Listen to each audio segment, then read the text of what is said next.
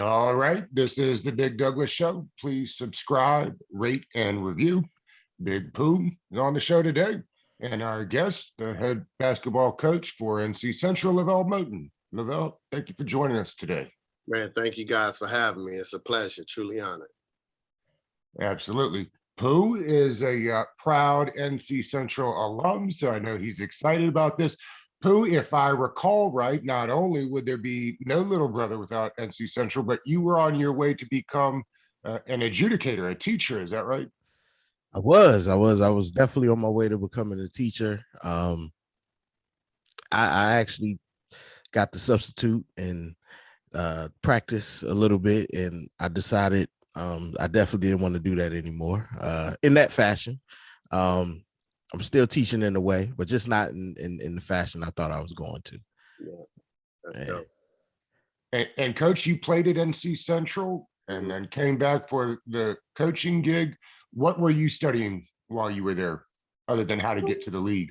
I majored in recreation administration. I wanted to, become a program director of a boys club because my mentor, Ron Williams, he the one who raised myself and John Wall and PJ Tucker, all of us at the boys club, right? And so I looked at him in such high regard. I said, that's what I wanted to do. And he went to Central, like I think he graduated in 72.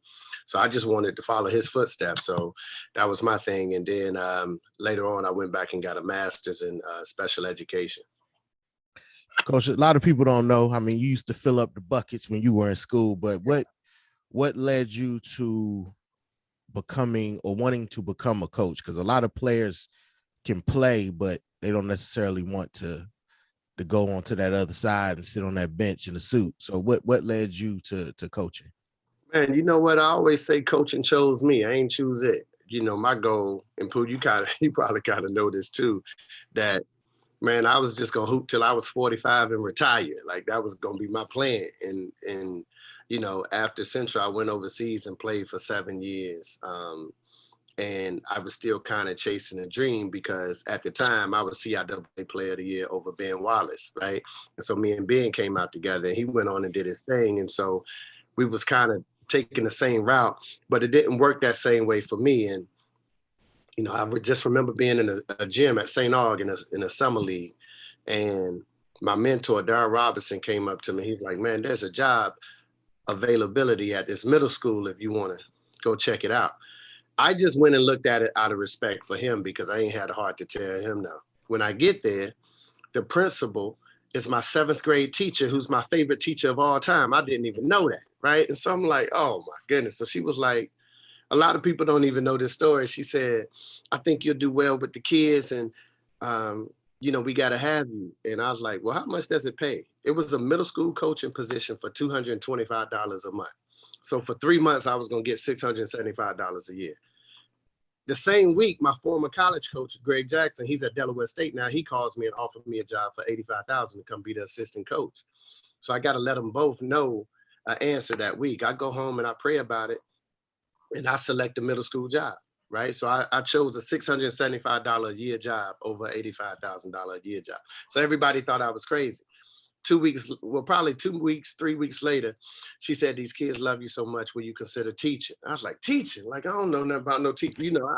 She's like, no, it's really easy. Like, we got this curriculum, you just kind of follow it and so on and so forth. And I did that for 3 years. Then a similar situation happened. My former French teacher, who was now the principal at Sanderson High School, asked me to come be the coach at Sanderson High School because I received a lot of no's prior to that. I went to Sanderson. We won like 2 championships in 3 years there. And then North Carolina Central called and asked me to come back. And I declined North Carolina Central like 3 times. I was like, no, I'm not going up there because I didn't like the business of it. I just love the purity and touching and impacting the kids' lives. Once you get on our level, it's just straight business, and that takes the innocence out the game. And I wasn't ready for that. And then a couple of alums called to say, man, you need to come back and help us during this transition from D2 to D1, and the rest is history. Coach, I'm curious, when is it more you put more work in? You talked about the business side, more work in this time of year, recruiting and all of that, or actually the X's and O's during the basketball season? It never stops. Like it's always, Pooh, I guess I would say is kind of similar to you writing, right? It never stops. Your mind is always going. Even when you may take a vacation, you may go to the beach or the Poconos or somewhere, but laying at night, you still up because you're thinking of a rhyme. You've seen something that inspired you earlier that day. So your mind never really rests. It's always working on something. So this time of year, we're recruiting. We're going to all these showcase AAU tournaments and chasing kids, but still we're managing our current team. And that's difficult within itself because you got to get back on campus and now they're just not coming in for summer school. And you got to make sure your current team is in place. The most important team is the one that you currently have, not the one that you're trying to go get. And so I had to kind of learn that. I put so much into recruiting that oftentimes I forgot about how valuable my current team was. So I learned that lesson throughout the years. So it never changes. And it's always something to be done. And so I think we put the same amount of work ethic in everything because it's always pedal to the metal for it, And Coach, I hadn't really realized it until I saw you mention on Twitter the other day, but because it's a smaller school, the staff is much smaller, which means you guys have a whole lot more work to do than say a Power 5 conference. Yes, sir. Like if you watch a Power 5 game, whenever they call a timeout, a coach call a timeout, and they walk on the floor, watch how many people are in polo shirts or suits that they have around them. Like there might be 10 people just in staff. We may have 4 or 5, right? And so, one thing that I had to learn how to do because I was so accustomed to doing everything myself, right? Because again, I started as a middle school basketball coach. So I ain't have no staff. I swept the floor. I drove the bus. I did everything. So when I got to college, it was difficult for me to learn how to delegate, right? And assign these responsibilities to people and say, man, I don't need nobody for that because I do that. But then my wife was like, no, you do need someone for that. You need to sit down and be the CEO of it. You can't be the CEO. Like Bill Gates ain't fixing the computers. The colonel ain't out there making the chicken. And like it's different pieces to it. So I had to really learn how to delegate, but a lot of it does come with money and revenue because the more money you have, the more staff that you are able to, recruit to kind of help you along the way and lighten your load. Coach, can you talk about how difficult it was this past year coaching during Corona? I know your team in particular, y'all didn't have many at all practice days. The games were like your practices a lot of times. So can you just go through like how just that period was for you and your team this past season? You know what? It's that adage that Mike Tyson once said, like, everyone has a plan until they get hit in the mouth, right? Then that plan goes straight out the window. COVID was like unlike anything that we had ever seen, anyone in the world, because, there's always a remedy that you can receive suggestions from. Like if you got a headache and you're like, damn, my head pounding me, your mom or grandmother would say, well, take 2 of these and blah, blah, blah. And then go, if your stomach hurt, go drink some ginger ale and some Pepto. There was nothing on earth that we hadn't seen before that someone else hadn't seen. But now here comes COVID and there's no advice to receive. So everyone's trying to strategically implement this game plan to deal with COVID. And what they don't know is the effects and the impact of it. We were hit more than anyone in NCAA basketball. We had like 5 different times that we were hit, and each time was 14 days. So we were out 60 days. We only practiced 13 times as a team. And so it was really difficult, man, because a lot of times, even in some of the games we're playing, we're just taking the guys. You see what's happening to Chris Paul right now. Like, he may not have it. He just probably been around someone who had it. And that was the trickle effects that people really didn't know that was associated with it. So we were just taking sometimes whoever was available to the game. And so I didn't have a big man sometimes. So I was playing my small forward at the 5, and it was just all over the place. And it was kind of embarrassing because now we've produced a standard throughout the years. And the average casual basketball fan, we're on TV 13 times last year. So they looking saying, man, let me see what North Carolina Central about. And they seeing us out there with 8 players and we out of shape. Nobody's in shape. It was a mess. I would have canceled the season, Pooh, but I had like 7 seniors. And I said, man, y'all got to get through this because, you know, life is about memories. And I'm not sure I can bring you back and clog up the space of these younger kids that got to come and develop. So I'm going to just, let's grin and bear it and let's just get through this so we can provide you with some sort of memories in your college experience. And, you know, hats off to those kids, man, because they fought, they never complained. And it was the most difficult coaching year of my basketball life ever. Coach, you're watching First Take, and Stephen A. Smith recommends you for the UNC job. And I got to imagine immediately every device you have starts blowing up. I'm curious how you temper that, you know, with your players, who I'm sure watch and get nervous, excited. I don't know, and family the same way. Curious how you go through that and kind of keep everybody from going overboard. Yeah, it's kind of impossible, Doug, honestly, to channel the emotions because now in this day and age, you know, we come from a generation where once we received the news personally, then we broke the news to our loved ones and friends or teams or whoever, right? So there was a chain of command and a tier of communication.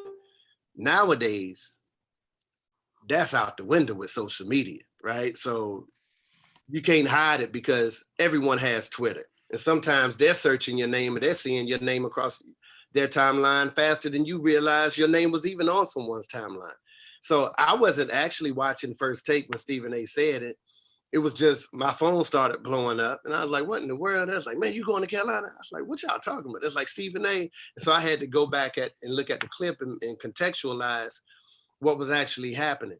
I think my team is accustomed to my name being associated with jobs. That's part of the business when you're somewhat successful. It's like, yo, is he gonna go here? He gonna go there. He gonna do this, he gonna do that. And everyone else has Twitter handles and social media handles where they projecting you to go here, there. So your name becomes this whirlwind. And sometimes, as chaotic and hectic as it may seem to my team, they've seen it enough where they like, oh, that's just, you know, whatever, because they know I will bring it to them if it's a strong consideration. You know, I had a couple of NBA opportunities and I told them, I was like, look, I'm considering this one now. You know what I'm saying? And so I'm just being honest with you and so on and so forth. And they respected it. But I've had some kids where when they signed to North Carolina Central, their parents sitting in their living room said, just promise us that you'll be with him 4 years. And I was like, oh man. So I've made that promise a couple of times too. So some of the kids don't even worry because they're like, I don't care what they say. He promised me and my mom on the couch that, you know, he was going to rock with me and stay with me for 4 years. So it's an element of that too. I just want to let you know, Coach, I get nervous as well. See your name brought up. It's one of those things where it's bittersweet. It's like, it's good because that means you're being successful or you're successful at what you're doing for your name to get brought up in that way. But then it's like, hold on, but then what happens to our success if he leaves? But I wanted to ask you about recruiting. It's a dirty game out there. I know I have a few friends who kids are playing D1 or D2 football, and they've told me war stories about the recruiting trail. When you're going to talk to those kids, when you're going to sit in those living rooms and talk to those parents, like, and you, like you say, you make those promises and you know, you make those guarantees or the things that you say to them, and then those opportunities do appear, the ones you consider. Like, how do you like reconcile what you told a parent and their kids versus what you believe is best for you and your family? I always tell them, you know, from day one, when I walk into their living rooms, I just try to be I try to be me, right? So many people try to make a pitch when they're walking into someone's home. When you're dealing with someone's family and their children, you don't want to pitch anything. You just want to be as real as you can possibly be. Because at the end of the day, when you walk out that door, it's going to be what it's going to be, right? And so I'm completely honest, probably to a fault, right? Because I don't know, man. I think a lot of it is part of your upbringing. Like I come from the project, so I could never walk up to a girl if I was interested in her in high school and be like, yo, I got this. I ain't have nothing but my talk game and my personality. Baby, either you accept this or you don't. It's cool. You know what I'm saying? And so I learned just to be real. And if she rejected it, then she just wasn't the one for me at that time. That's how I look at recruits. Like, I'm going to be completely honest and transparent. This is how we do it. This is how we get down. Don't come here if you don't want to be held accountable every single day. You're going to go to class. If you miss a class, the whole entire team going to be, we go through the whole thing. And so now once we lay it out, once you come here, and if you don't like the way something goes, then that's your fault, because no kid can ever say Coach Moton ever lied to me. No parent can ever say that, right? And so I'm always open and honest with them. I tell the parents, look, I have 3 assistant coaches, so I don't need you calling me about nothing pertaining basketball, right? This ain't AAU where you gonna call and try to tell me we'll talk about academics and his social welfare 24 hours if you want to, but we're not gonna talk about basketball. I tell the parents that, right? Sometimes that probably has been a fault and it's probably hurt me in recruiting, but I'd rather to be honest on the front end of it than deal with something and make myself uncomfortable and compromise the values of my program on the back end of it. And where I was from, I was taught that truth builds trust. You know what I'm saying? So as long as you're truthful with someone, they'll always trust you. I don't promise anyone they starting, right? So because nobody ever promised me that I was gonna start. So I'm not gonna promise you neither. And so now my seniors in the program, when I bring in a hot shot freshman, my seniors already know Coach ain't promised me I was gonna start, so I know he ain't telling this dude that he gonna start. So it allows you to create this right here, whether they like it or not. They respect you because you've been upfront and you provided them with the truth. Coach, I know for football, the HBCUs have teamed up. I believe it's the Reese's Senior Bowl to help guys get drafted and get their names out there. Has basketball done something similar? If they have, I haven't seen it. I think we're trying. I had a conversation with Chris Paul. Chris Paul, and Deion Sanders actually had a conversation last year during COVID. And we were talking about doing some things such as that for basketball. So they got a Black College All-Star game that they're bringing back. My man, Travis Williams, and Grant Hill is kind of connected to that, right? So Grant is trying to do that as well, to kind of give these young men the platform, right? To be seen. Football is a little different because there's so many rounds, right? How many rounds is it in football? 6, 7? 7. Yeah. Right. So you got 7 rounds again. In basketball, you got 60 slots that of people that's going to be drafted. They're only going to keep 35.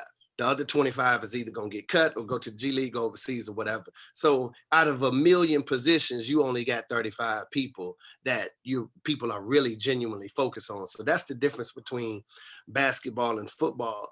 You're more prone to find a diamond in the rough in football, right? Because that wide receiver at North Carolina Central may run a 4.240 just like this wide receiver at South Carolina. You follow? The difference in football is the trenches, right? The bigger guys, right? But the skill positions on the outside, a lot of times, and we see it from the young man Tariq at A&T, like a lot of times that's kind of even. You know what I'm saying? And you both know, I don't know if you football guys, but that running back success is predicated on that offensive line in front of him. I don't care how nice he is, right? And so now scouts can say, okay, if such and such if he was running behind the Alabama offensive line, what would he do? They can do that in football, right? Basketball is a little different because it's less people and less spots available, but that conversation has occurred and we're in the makings right now. Well, not we, but Travis Williams and Grand Hill is in the makings of doing something in Atlanta. And they were going to do it previous year, but COVID happened.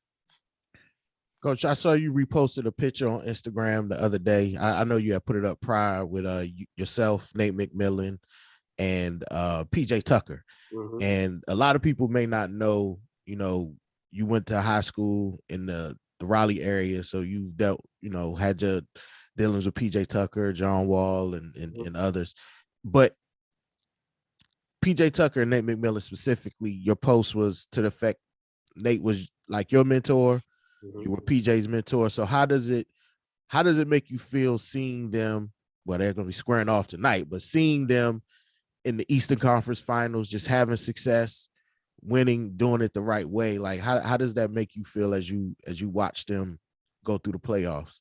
Man, it was crazy. And the reason I posted that picture was to kind of inspire the people in my community. Like, don't give up hope and believe in yourself, right? Like the problem with people, a problem with a lot of our people that come from these underprivileged circumstances, such as I was originally from Boston, Orchard Park, right? And so we didn't have anything, right? So I couldn't even see anything. And my life changed because New Edition was from my housing project. So I remember when I saw them on Soul Train, and me, Ralph, and Rick stayed in the same building, I lost my mind, right? And then we moved down to Raleigh, and now Nate was 10 years older than me, but I didn't know Nate, right? I knew his family, but I didn't know Nate. And Nate wasn't a superstar to know at that time. Nate just lived in the same neighborhood. PJ's entire family lived 3 doors down from me, right? And so every Pop Warner coach, every baseball coach I had, they would be like, man, he remind me of Lil Nate. They would call me Lil Nate. I'm like, who the hell is Lil Nate? You know what I'm saying? And so Nate is older, and I just kept hearing Lil Nate, Lil Nate. And then Nate is with the Supersonics now, right? And I don't know if y'all remember this guy named Xavier McDaniel, X-Man. Yes, I do. Oh, yeah. Nate had a basketball camp, and he brought X-Man back. And it was my first time meeting Nate and X. I was like, yo, it was the first time I've ever seen an NBA basketball player up close, right? Like you could touch these guys. Like it just changed my mind. And Nate took me, like I was at the camp. He let me come for free. He took me outside after the camp, and I got like a couple of trophies at the camp, and he gave me $100 bill. It's the first time, this might've been like 86, 87, something. First time I ever seen $100 bill in my life. Like I lost my mind, right? And he pulled up in a Mercedes, and the license plate had Mac 10 on it, on the back. I was like, oh, he cold. Like, like we kids looking like, yo, you see his car, all that crazy stuff. And he pulled me in the back. He was like, man, here go $100. I was like, yo, that's crazy. Thank you. He was like, if you keep doing what you do, you'll have a lot of these to spend in the future. And I was like, whoa, that's crazy. So Nate really was the first one to allow me to see it. And then from that point, he started mentoring me. And now when I get to high school, a lot of people don't know, we all got our jerseys retired, but Nate wore number 10, but I wore number 10 too, because my coach was Nate's coach, and he calling me Lil Nate. So I was like, man, I might as well wear his numbers, right? So I'm wearing 10. And the reason I changed numbers was my junior year, my best friend collapsed on the floor, and he was unable to play anymore. So I wore 22 to honor him. And so after Central, I went up to the Supersonics training camp. That was really because of, a lot of that was because of Nate. He was telling, George Carl was the coach at the time. Terry Stotts was the assistant coach, who's now used to be with Portland. Dwayne Casey was the other assistant coach, and Tim Girk. And they was like, man, we heard about him and da-da-da. We know he's nice. Nate said, you're not getting a better basketball player in the second round. So he got me that opportunity at Seattle. And although I didn't make the team, there were so many European scouts there, and that triggered my Europe career, right? And so years later, when I come back to Raleigh, I don't really know how to give back. I'm just doing what Nate did for me. And now I got my basketball camp, and my first basketball camp, and I had already known PJ, like, because we were raised by the same coach at the boys club, but here comes PJ, here comes John Wall, here comes Devontae Graham, here comes Jerome Robinson. So just our hood has 6 guys in the NBA right now. Just our hood, you know what I'm saying? Not the city. And so I tried to do the same thing for PJ and do what Nate did for me. And when our jerseys was retired, I told him, we was there, we was just laughing and joking. I said, yo, man, like, y'all either, Nate, you either gonna coach PJ or you gonna play against them in the finals. They're just like, they was just laughing. And the following year, they made a trade to get TJ Warren. TJ Warren he's from Durham, but his father is from our hood. He was the first one. And I was like, I'm telling you, man, y'all gonna play or coach against each other one day. And so now fate has had it. And that's why I posted the picture. I was like, yo, this is crazy. And the picture went viral. I posted it before, but now it went viral. ESPN caught on to it and so on and so forth, because I just want people to be able to look at those situations and know the law of attraction, man. If you can believe that, man, you can achieve it.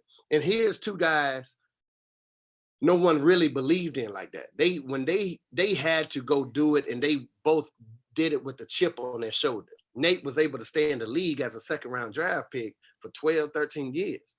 You see what PJ's doing, right? That's unreal. PJ transformed his entire game. Like, he had one scholarship coming out of college. That was UNCW. And everybody else was like, they were shaky on him because of his grades. And Frank Hayes from Texas, he was the assistant coach at Texas at the time. He came up to me and was like, man, I need a 6'6" power forward. I said, well, PJ, your guy. He flew down and he was like, man, he only 6'4". I said, well, so what? And he said, well, if we scholarship him, then he got to walk on the following year. I said, what? I said, man, you scholarship that boy, he'll be the best player on your team in 2 years. In 2 years, PJ was Big 12 Player of the Year over LaMarcus, with LaMarcus Aldridge and 2 more pros on that team, right?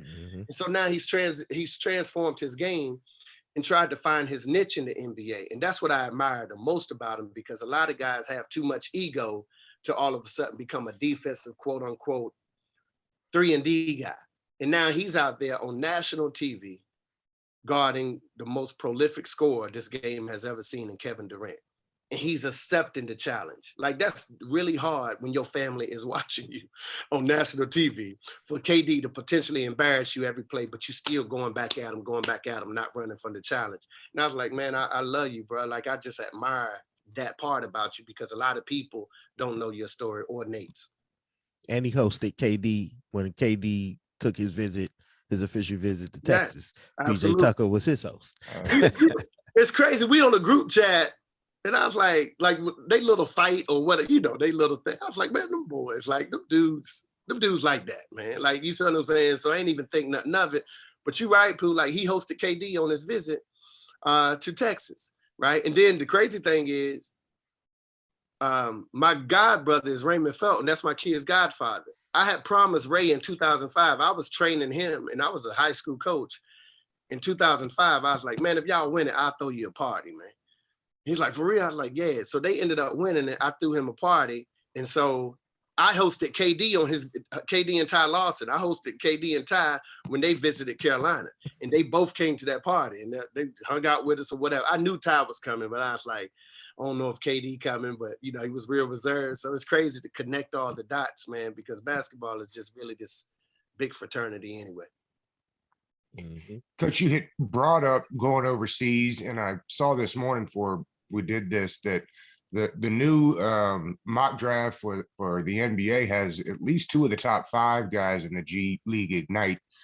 How has that changed the way you guys are looking at players, and more so, I guess, the way these kids are looking at their options? There's more options now than ever. I told someone the other day, and it's great that you mentioned that, like, these kids, a lot of people consider them crazy and so on and so forth, right? But they considered our generation crazy and every other generation crazy, right? This generation, I think they're the information age. We relied on word of mouth or traditional beliefs to serve as our inspiration, right?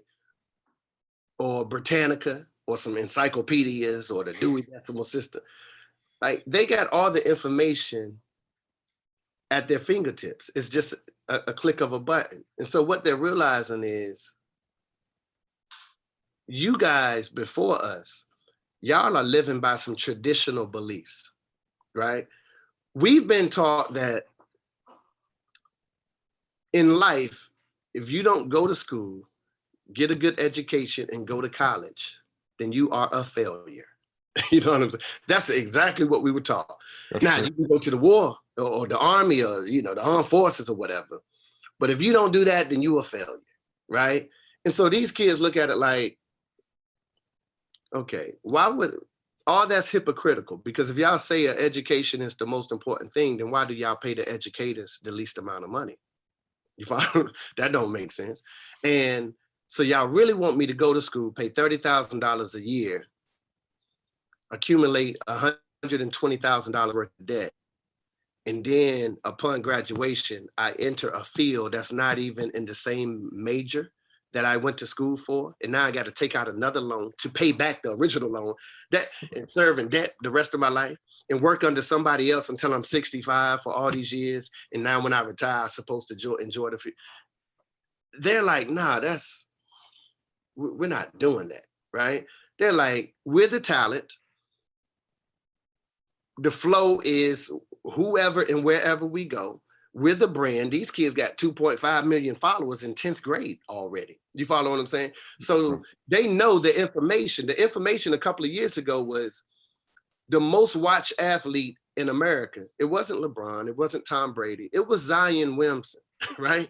And so they like, yo, I'm going to take my talents and align my talent and my brand with something that's beneficial to my talents and my brand and enhance my brand and take care of my family in the process. So I don't need to go to no college and make a college rich because they saw that in the 90s. It just wasn't as loud like with the Fab Five. They saw everybody cutting their heads, ball. Everybody did it when the Fab Five did it. Then they saw the baggy shorts. Then they saw the black socks. But they knew like Chris and Jalen and all them, they didn't reap any of the benefits that they became a cultural phenomenon and got nothing for it. So their sophomore year, they just wore plain blue shirts. Like a lot of people don't know that with the Fab Five. Their warm-up tops, they just wore plain blue shirts because it was a silent protest for them. So these kids like, nah, I'm the flow. I'm gonna profit off my name, image, and likeness. So why not go to the G League? Because these kids are going pro based off their high school reputations anyway, right? And so why not go to the G League, stay for 5 months, get $400,000, take care of my family, and come back and get drafted. And all this week, I've been filtering calls from NBA scouts, but a lot of those scouts are calling about kids that we coached in USA basketball.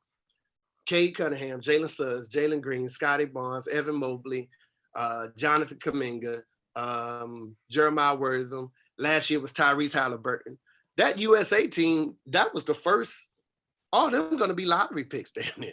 You see what I'm saying? So, and none of them had even touched school before they were anointed and projected as lottery picks. So they're seeing that. And these kids are hip to it. And now they know if I go to school, what happens if I get injured? Who takes care of me? What's the insurance policy? And now they know if I go to school, the longer I stay in school, the more it hurts my draft status. You know what I'm saying? So, because now the name of the game is get someone. If someone younger than you can do what you can do, plus one more thing, then you are now expendable, right? And so they're getting 18-year-olds to do what they used to pay these 31-year-olds to do, right? With 13 years of less mileage on it. So that's the thing. And these kids are understanding that and they're utilizing all of their options and they're talking and they're connecting because it's social media. So now they can really interact with people. When I was young, we couldn't interact with the top players in the nation. I went to Nike camp. It was a top 100 camp. And when I got there, that's the first time I had ever seen Jason Kidd. I was like, damn, you a point guard? Like that was our first time talking. And he was 6'4", 220 pounds. Like he was the same size he is now. I'm like, yo, what position you play? Powerful? He's like, man, I'm a point guard. And I was like, man. So we had to go to camps. That's the first time I had met Rasheed Wallace. I had never seen anyone 6'10" with a 42-inch vertical. You see what I'm saying? And it was no mixtapes, no none of that. So you had to really go and interact with people back then. Now these kids can just text each other, get somebody's number from somebody else and say, look, tell such and such to call me. And they're teaming up and they're really following what's best for them. And so you've seen it with LaMelo Ball and the Ball brothers when he took his kids overseas. You've seen it with the G League. And now the G League has formed the alternative league where they're paying these kids. And so if I'm a top kid, it's really a no-brainer. Do you go to school for 6 months and take some online classes or did you go to the G League and get this $500,000 and take care of Big Mama and them and so on and so? I'm going to get the $500,000, take care of Big Mama and them and say, look, this yours. But when I go to the league, that's going to be mine. And that's what it is. So, you know, it's really about creating generational wealth for themselves. And they're seeing it first and foremost. Coach, before we let you get out of here, I definitely want to have you talk about, I know every year you do something for mothers. I know it's a brunch. Is it awards as well? Yes, sir. A brunch and awards for mothers. Can you just talk about your inspiration behind that? What led you to that and what keeps it going for you? Yeah, it's my my Levelle Cares Foundation. You know, like most people, when they have a foundation, they just put their name on something and let everyone else operate. All right. And I was like, nah, it's not gonna be that. Everything about my foundation is gonna be deeply related and interpersonal to me. And so I just saw the struggles. You know, I grew up with a single mom. My dad left when I was 4, and he walked out the house, and like my mom was like, yo, he gone and he ain't coming back. So it was kind of taboo to even speak on him, you know, in our home, right? Because we dealing with the pain of my brother and I, we dealing with the pain of my father not being there, my mom dealing with the pain of her man not being here. And not only that, he done left us in the project. So it was just a mess. And I saw every single day, you know, I was too young to fully understand, but I don't know how close you guys are with your moms, but you know instantly when your mom walk in that door every day was if she had a good day or a bad day, if she's under stress and duress, or is she jubilant, right? She can't hide it, right? Because they always say, boy, you can't hide your feelings from me because I carried you for 9 months. And I always say, you can't hide your feelings from me because you carried, you know, I was inside of you for 9 months. So it's a connection. And I saw my mom just like struggling. And I was like, man, I don't ever want any woman to feel this. And no one would listen to them. They didn't have a platform. No one cared. It was just, yo, you struggling, figure it out. And so I got a single mother salute where every year I honor 150 single moms in the Triangle community. And it's an amazing event, man. It's a red carpet event. We got a dinner for them. They take the red carpet, they take the pictures, and it's kind of like a prom style feel. And then we play all these incredible games. And we play games that my mom really liked. My mom used to love bingo and stuff like that. And so we mix up like some games of bingo, some games of like Family Feud, some Jeopardy, some karaoke. And I give away over $40,000 worth of prizes. So we give away gift cards, appliances. Best Buy is a sponsor. I gave every woman a laptop and computer so they could take home to their kids, so that those kids could keep up with modern day technology. We gave away vacations. We give away cars, like, you know, because, and all the awards are named after my mom and she's present, right? And so the awards are like Mother Courage, Mother Love, Mother of Perseverance, and so on and so forth. And what happens is each woman submits an essay to me, or like a page or whatever, on why they should be named Single Mother of the Year.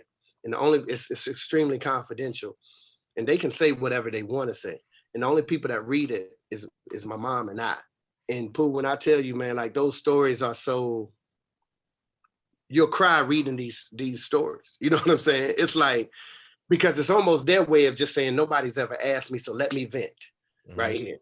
And I'm like, yo, so there was one woman, for instance, who worked extremely hard, but she just couldn't keep a job because she never had reliable transportation. So every time her car would get up and run, and she had 4 kids she had to drop off or whatever, and her car would break down. And her boss would be like, one more time, I got to let you go, da, da, da, da. And she just kept getting fired because that was all she had. And she, you know, she could only afford the mechanic, and you know what kind of mechanic it was. Oh yeah. Doombug, everybody uncle, and, you know. And so I read that story. And so we went out and got her a minivan. That woman sends me a picture of that minivan every 2 months saying, thank you, coach, bless you. And when I presented it to her, like I could feel the emotion, like she just almost collapsed. Like she's like, this for me, and so on. I was like, yeah, this is real. and she just cried. Like everybody in the place was crying. And so we got a guest speaker for them every year.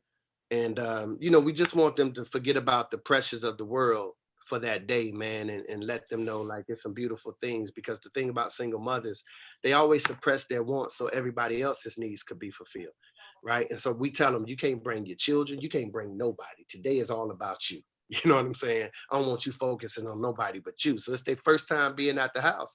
And it ranges from like 22-year-olds to 65-year-olds. Like it's a huge, demographic of individuals that come, man. And it's one of the best things and most gratifying things that I do. It's bigger and better than any basketball game that I can win, although championships are nice.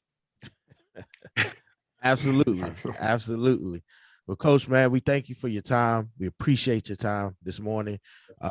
Let people know where they can find you dropping your basketball knowledge. Yes, sir, man. On every Facebook, social, Instagram, and Twitter, it's Levelle Moton, LEVELLEMOTON. I ain't really mastered the Snapchat and TikTok and all that stuff yet, but Levelle Moton everywhere else, man. So it's good. And I want to say thank you guys for having me. And Pooh, it's always love. And absolutely, man, I have so much love and respect for you and, Tay and obviously Ninth, my brother, man. Like what y'all have done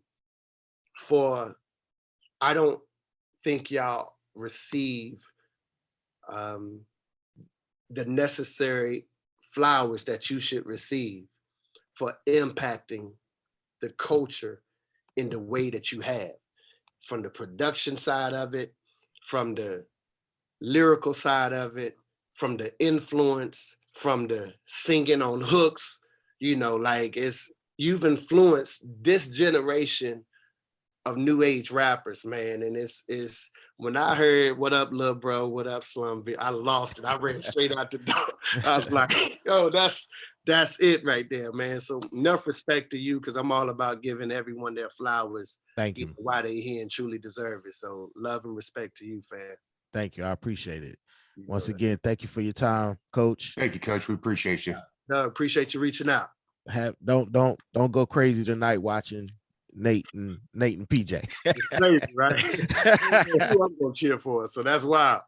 Yes, indeed. No doubt. Who y'all got winning it all? The Suns when CP3 get back. It would be nice to see a Suns Hawks finals. I mean, energy through the roof. Yeah, that's gonna be good. It'll be good for the city of Atlanta. I'm cheering for Chris too, man. At this point, I'm a Celtics fan, so at this point, I'm just cheering for people I know, man. So. And if the Hawks don't want Nate McMillan, we got a job in DC that is waiting. Sure do. And they still named him. They still have him as interim too, which is good for him. Because while it's interim, that means that check is still blank out there. It's 28 more teams out here that would love you right now. So. 7 in particular without head coaches. Yes, sir. Yes, sir. Yes, sir. And the other ones will get rid of their coach to get him. That's how that game works. So very quickly. It's all love, man. I'm actually, before I let you go, I'm actually happy, very, very happy for Nate, because I feel he shouldn't have been let go in Indiana. And to see him, I know he didn't want the opportunity this way, but to see him get that opportunity in Atlanta and the job he's done in Atlanta, I can't do nothing but cheer for Nate and the Hawks. And Pooh, let me real fast. Let me tell you how he did it, though. Let me tell you the cloth that he's cut from, and this is just our upbringing. He didn't want to accept the assistant coaching job initially in Atlanta, and then Lloyd convinced him to come along. I don't know if you know this, but Grant Hill is co-owner of the Hawks, right? Yep. Right. And so I'm like, gee, like he'll come over there and help him, blah, blah, blah. So Nate ends up being assistant coach. And then when Lloyd got fired, they asked him to be the interim coach. Nate said, I don't want to do it. I don't want to do it. He reached out to Lloyd to receive permission. You follow what I'm saying? And Lloyd was like, nah, you go ahead and do that. Because Nate wasn't going to do it without his permission. And that's what's lost, the morals and values in this game. When there's so much money, people just start, it's a rat race to get to the bag. But he was like, nah, I ain't even about that. If that man, I worked under that man gave me an opportunity. And if he feels any type of way about it, I'm not accepting it. And much respect to Lloyd, he said, Nate, go ahead and do it. And now what you're seeing is a result of that, man. So that's the backstory to it. That's the love. And I appreciate that, because the loyalty in this business, that don't happen no more. I know it doesn't. That I know it don't doesn't. happen no more. Somebody said, man, they out. They gonna Eddie Kane you to death. Now so, Absolutely. yeah, so Absolutely. no doubt, man. So it's love. I appreciate you guys definitely having me on. Absolutely. Coach. Thank you, Coach. Have a good one.